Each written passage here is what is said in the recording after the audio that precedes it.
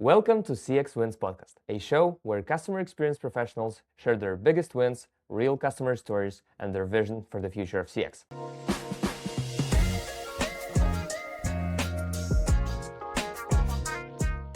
Let's welcome our today's guest, Mike Wendell. Mike, can you please tell us a little bit more about yourself? Yeah, sure. Happy to. I've been pretty fortunate. I've worked at some pretty big companies. I've spent most of my career sort of building and scaling customer facing teams at fast growth tech startups. I think the thread through most of it is genuinely enjoying the opportunity to, deal with messy problems and really building and rebuilding the foundations of different things.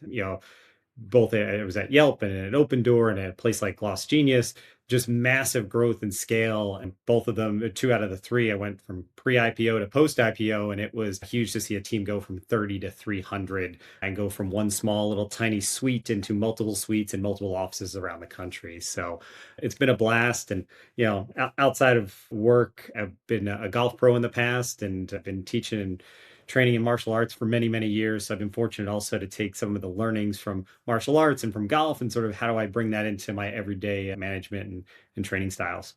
Amazing. Thank you. It is a pleasure to meet you. With such an experience, you probably have many stories to tell. Quite a bit. I really wish I would have written a book at some point or like wrote them all down so I can write a book later. I've probably forgotten more than I wish. I hope you remember at least one for this episode. Let's jump right into it. Can you share with us your biggest CX win, something you're personally proud of? Yeah, I've got a bunch, probably one from each of the areas, but I think the biggest one and the biggest impactful one for me was my time at Opendoor.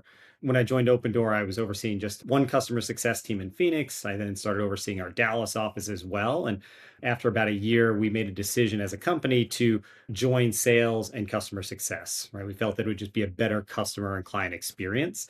And so myself and a few other people were tasked with figuring out how to do that in 4 months. So we had to write job descriptions, figure out how we're going to take people in three different offices, move them all to Phoenix. How do you compensate people, retrain salespeople to be, a little more customer success focused, train customer success people to be a little bit more sales focused, all while keeping all of them happy. And, we were really successful at it. We saw improvements in all of our metrics. Our efficiency went up, our customer satisfaction went up. I think the biggest one for us is we did it in such a thoughtful way, even though we moved fast, is we were able to retain over 90% of the people. So even though we were asking people to move from Atlanta or Dallas to Phoenix, most of them did move. The few that didn't, we were also able to find a sort of a new role for them that might still be in those locations. So to be able to pull that off in such record time, I think record time when you're combining multiple roles, it was huge. Over 90% sounds like really good. And how many people were combined in those teams, approximately? Yeah, I'd say we were at roughly 120 to 130 people in total is what we ended up in the Phoenix office. So, we were probably somewhere in that neighborhood at that time.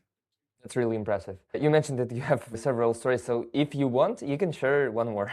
I'll give a good, like a general CX one, because this one goes across multiple lanes. But when I was at GlossGenius, we made it a conscious decision as a company not to have our headcount sort of scaling at the same level as the rest of the company growth. And so we knew we were getting lots of inbound tickets for our support team. And one of the ways we knew we needed to scale was not add people to that team.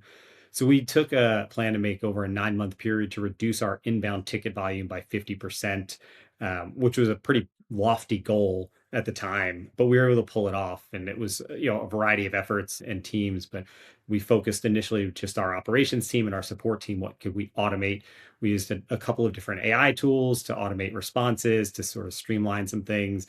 We got to work with the product team to make a few product adjustments so that customers got answers to their questions within the product or just didn't need to reach out. And then we, invested in a few other key tools that gave us a little bit more control to see where people were engaging, how, and we knew what they needed. And this, certain tools gave us the opportunity to provide that without engineering support. So we were able to move much, much faster. And yeah, at the end of the 9 months, it was actually a little bit before 9 months. I think we did it in 7.5 or 8. We got to that 50% ticket reduction volume, which was huge for us. Yeah, that sounds huge. Thank you very much for sharing. Moving to the next question for this episode, can you share with us some memorable customer story? Maybe something funny, something you remember. Yeah, I've got a couple. I'll go back to my days at Yelp. For anybody familiar or not familiar with Yelp, business owners tend to get upset about reviews. And they felt that, as someone working there, that I could change the reviews or I could put them back if they were in our review filter or not. I had a business owner as a gentleman kind of in the mid-Atlantic part of the US. I won't name names or business, but they were located in that part of the country. He was very, very upset, just convinced I could do something. And I told him, can't do it, nothing, right? Multiple conversations. He then started calling me every week and just offering me money to take it down. He goes, listen, just fly out here. You tell me the park you want to meet at, you want the bench that you want it. He's like, I'll drop a briefcase.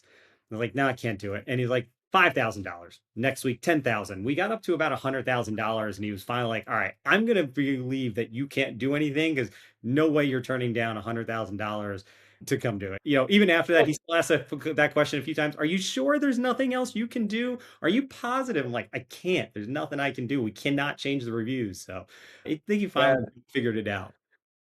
too bad. $100,000 sounds nice. Yeah, I was like, if I could, sure, to take down one review or put one review back, but yeah, not something we were capable of doing. But that one always sticks in my mind. It's just a funny story that's hard to believe, but it absolutely is true. Thank you. It should land amazingly in our social media feeds. Yeah, Thank you for sharing. yeah, of course. And the final question for today would be, what do you think the future of customer experience like? Let's say like in 5 years.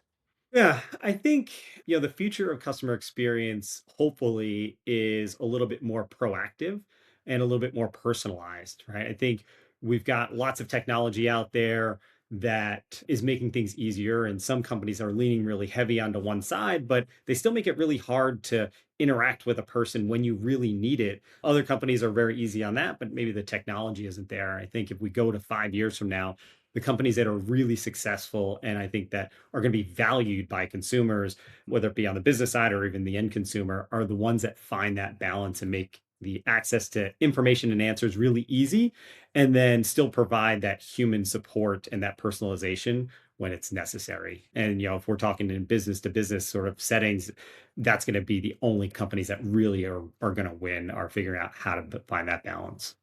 Imagine it would be more like on a backend side, so like technology enabling humans or customer side as well. I think it's both. I think you can't have one without the other. I think about myself first as a consumer.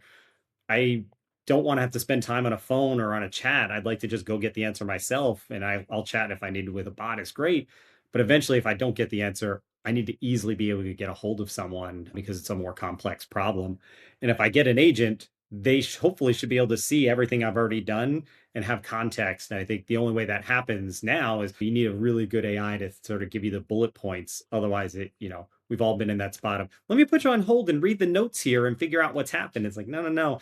The technology is already there. Just, you should be able to read 3 bullet points and have a pretty good idea of what's going on, which shouldn't take you, 5 or 10 seconds.